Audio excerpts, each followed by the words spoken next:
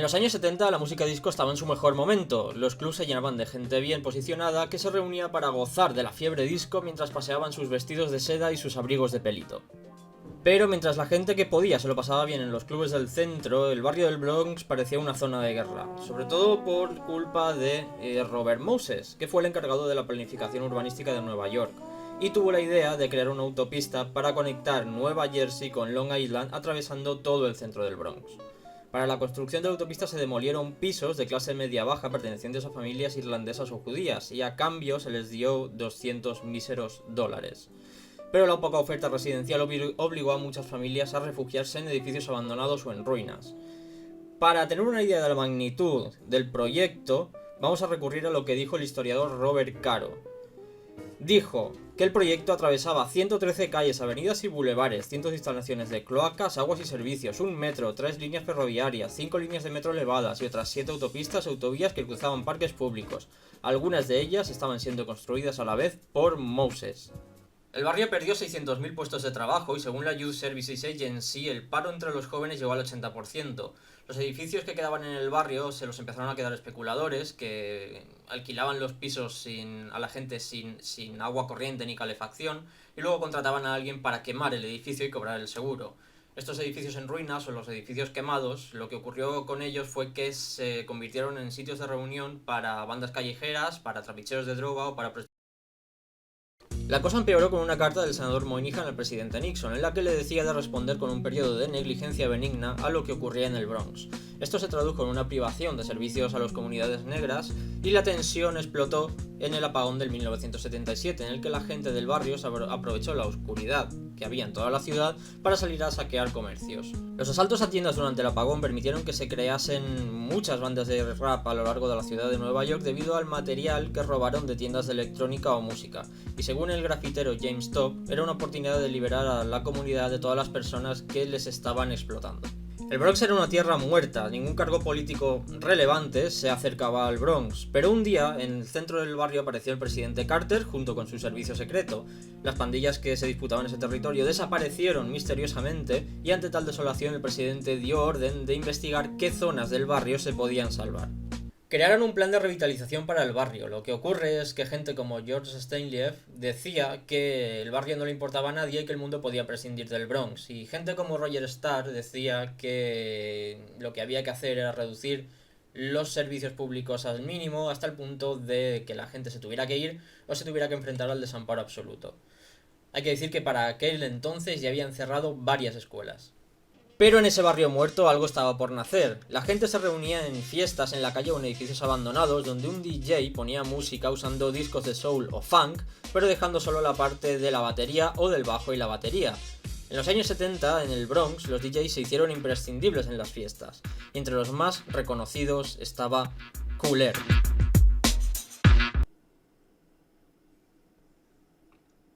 A ver, resumen rápido de su infancia. Nace en Jamaica en el 55, de pequeño le encantan los sound systems, que son básicamente discotecas portátiles, y ya en Estados Unidos, cuando emigra junto a sus padres, empieza a escuchar discos de soul y de funk. Empieza a ir a fiestas en la calle o en pisos abandonados, pero se da cuenta que en esas fiestas los DJs no dejan las canciones llegar al punto que todo el mundo conoce y que todo el mundo le gusta para bailar, y la gente se quejaba mucho. Es ahí donde él empieza a coleccionar discos de 45 revoluciones con la esperanza de en el futuro ser él el que anime esas fiestas. Tuvo suerte porque su padre se convirtió en patrocinador de una banda local, con lo que tuvieron que comprar equipo de sonido nuevo.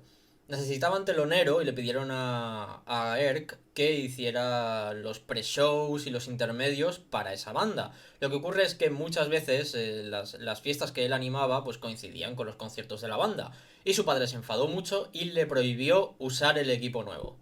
Un día estando solo en casa, Herc empezó a practicar con el equipo para ver cómo se le podía sacar más potencia. Al final, después de varias pruebas, consiguió sacar un sonido que él mismo definió como monstruoso. Su padre llegó a casa pero no le escuchó entrar, y al ver su padre lo que su hijo podía hacer con ese equipo, llegaron a un acuerdo. Herc tocaría en los conciertos de la banda y cuando él tuviera alguna fiesta, en algún piso o en la calle, se podría llevar el equipo. Son of a bitch.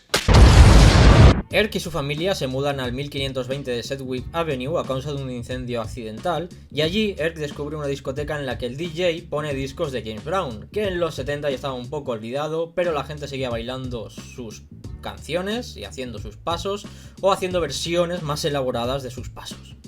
Cuando Clive vio ese ambiente, se puso como objetivo replicarlo en sus propias fiestas.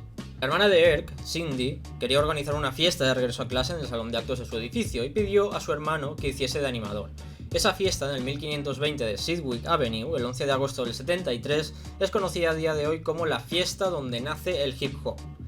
Con el cierre de los locales y la casi desaparición de las fiestas en pisos o en la calle por culpa de las pandillas, porque solían aparecer y reventar la fiesta con violencia, este tipo de fiestas, organizadas por Erk y por su hermana, fueron haciéndose más conocidas y más populares.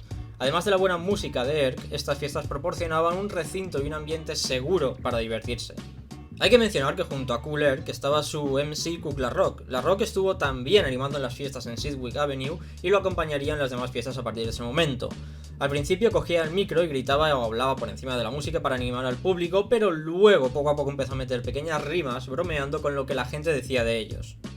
Vale, a partir de aquí Erk gana bastante fama en el barrio, con sus fiestas en el salón de actos. Pero llega un momento que él piensa que sería buena idea pasar del salón de actos a probar a hacer una fiesta en la calle. Él sabe el riesgo que esto conlleva para él, físicamente, y para su equipo, que era prácticamente nuevo. Pero justo antes de empezar la fiesta, él se dirigió al público y les dijo que a la mínima que alguien lanzara un golpe o empezase algo de violencia, él se iría. A la gente le pareció bien y estuvieron bailando y escuchando música hasta el amanecer. Erk se dio cuenta de que la gente esperaba la parte del break de las canciones, que es básicamente o percusión y bajo, así que se centró en esa parte de la canción. Con una copia del mismo disco, uno en cada plato, podía alargar el break lo que quisiera, alternando entre un disco y otro. Esto le llevó a fijarse más en los breaks de las canciones que en la canción en sí, y a ocultar los discos que usaba, ya que no interesaba que todo el mundo supiera de dónde sacaba sus temas. En el 74 Erk se va a un parque un poco más al norte para tocar y tener más espacio. Allí aprovecharían la instalación eléctrica de las farolas del parque para conectar el equipo de sonido. Las pandillas ya estaban desapareciendo y eran sustituidas por bandas de DJs o breakdance que se daban a conocer en las fiestas de Erk. Este también creó su banda y les llamó los Erkulords. Tiempo después empezaron a tocar ya en un club bastante conocido que se llamaba The Twilight Zone, pero Erk tenía la mala costumbre de ir a promocionarse al club rival, digamos a la competencia. Este club rival lo acabaron echando a patadas, pero al ver el éxito que tenía Erk, lo contrataron para tocar. Contratado, sí. ¡Joder! Las cosas le iban bastante bien, hasta que un día, preparando el show, unos tíos intentaban colarse en el club antes de lo normal. El técnico de luces estaba intentando impedírselo y él bajó para intervenir y le pegaron 3 puñaladas. A partir de ahí se recluyó. Pero mientras la fama de Erk crecía, al sudeste, en territorio de la pandilla Black Spades, un chico misterioso también intentaba alejarse de la violencia callejera. Afrika Bambaataa. Con Bambaataa hay cierta polémica sobre sus orígenes y tal, porque hay gente que dice que su nombre real es Kevin Donovan, pero no. Kevin Donovan es el nombre del líder de una banda de música que llevaba el productor Paul Winley. Así que no, ese no es su nombre. Y hay otros que dicen que el nombre real era Lance Taylor, o es Lance Taylor. Pero tampoco parece que sea así, porque si tú pones Lance Taylor en Google te aparece un economista, no aparece Afrika Bambaataa. Con lo cual tampoco parece que sea ese su verdadero nombre. Lo único que se puede deducir de sus orígenes es que nació más o menos en el 57 y puede ser que en abril. Él mismo ha explicado que el nombre Bambaataa viene por un líder zulú que se rebeló contra el sistema de impuestos de los británicos. Este líder utilizaba el misticismo zulú para alentar a sus seguidores, igual que haría Afrika Bambaataa con su música. Aparte del uso esotérico que quería darle a su figura, se juntan también las sospechas de que las autoridades le vigilaban. Es por eso que no quería dar ni su nombre ni su edad. Bambaataa se crió en un complejo de viviendas públicas en Bronx River Houses y fue criado por su madre, que era una enfermedad muy comprometida con los movimientos de liberación afroamericanos. Así que desde muy pequeño fue testigo de los debates que se generaban en su casa sobre cómo se debería de proceder a la liberación de las comunidades negras. De joven, Bambaataa vio la película Zulu del 64, en la que unos pocos soldados ingleses tienen que resistir el ataque de los guerreros zulúes que los superan en número. Para la mayoría, Esta película fue una especie de El Álamo donde ganaban los blancos, pero a Bambaataa lo que le llamó la atención fue el sentido de solidaridad de los guerreros zulúes, una unión que utilizaban para intimidar a los británicos. Fue esta película y esa idea de una comunidad negra luchando junta por sus libertades lo que le llevó a fundar Zulu Nation años después. Por presión social y por protección se unió a la pandilla de su barrio que se llamaba Power.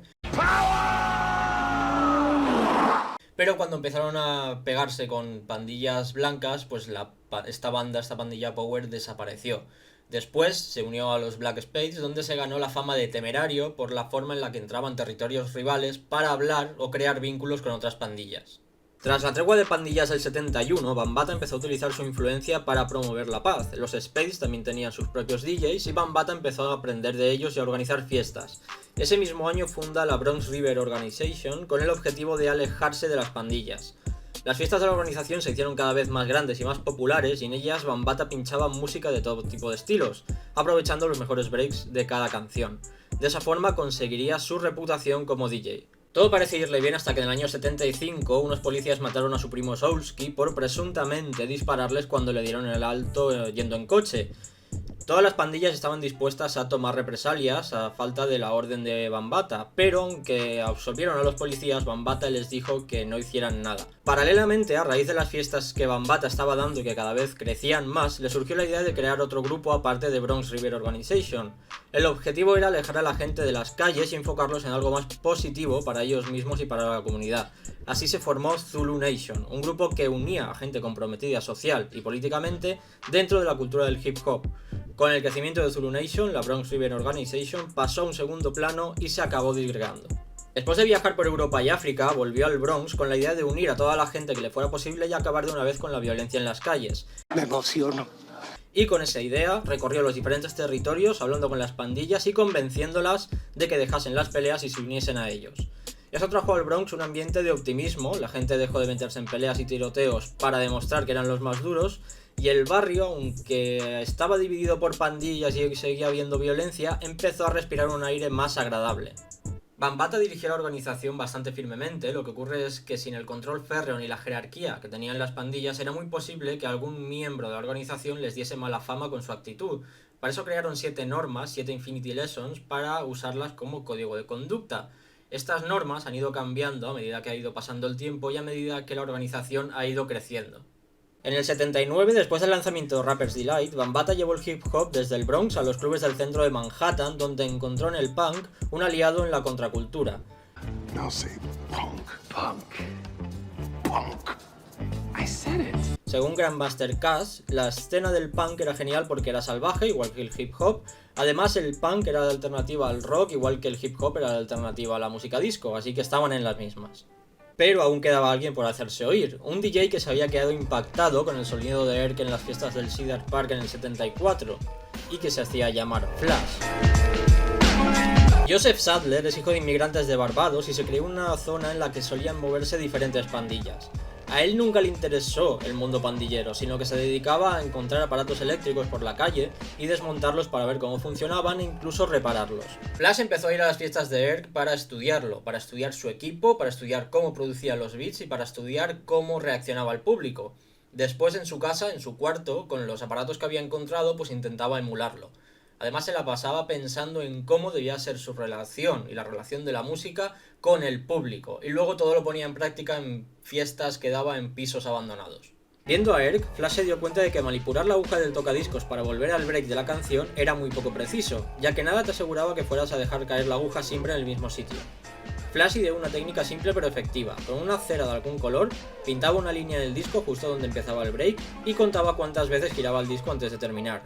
Cuando quería volver al principio, giraba el disco en sentido contrario con la mano y volvía a empezar. A partir de aquí dio con otra serie de técnicas como el punch phrasing, basado en aislar una sección muy breve de una canción para lanzarla al ritmo de un beat. Flash convirtió las mesas de mezclas y los tocadiscos en algo más que aparatos en los que reproducir música.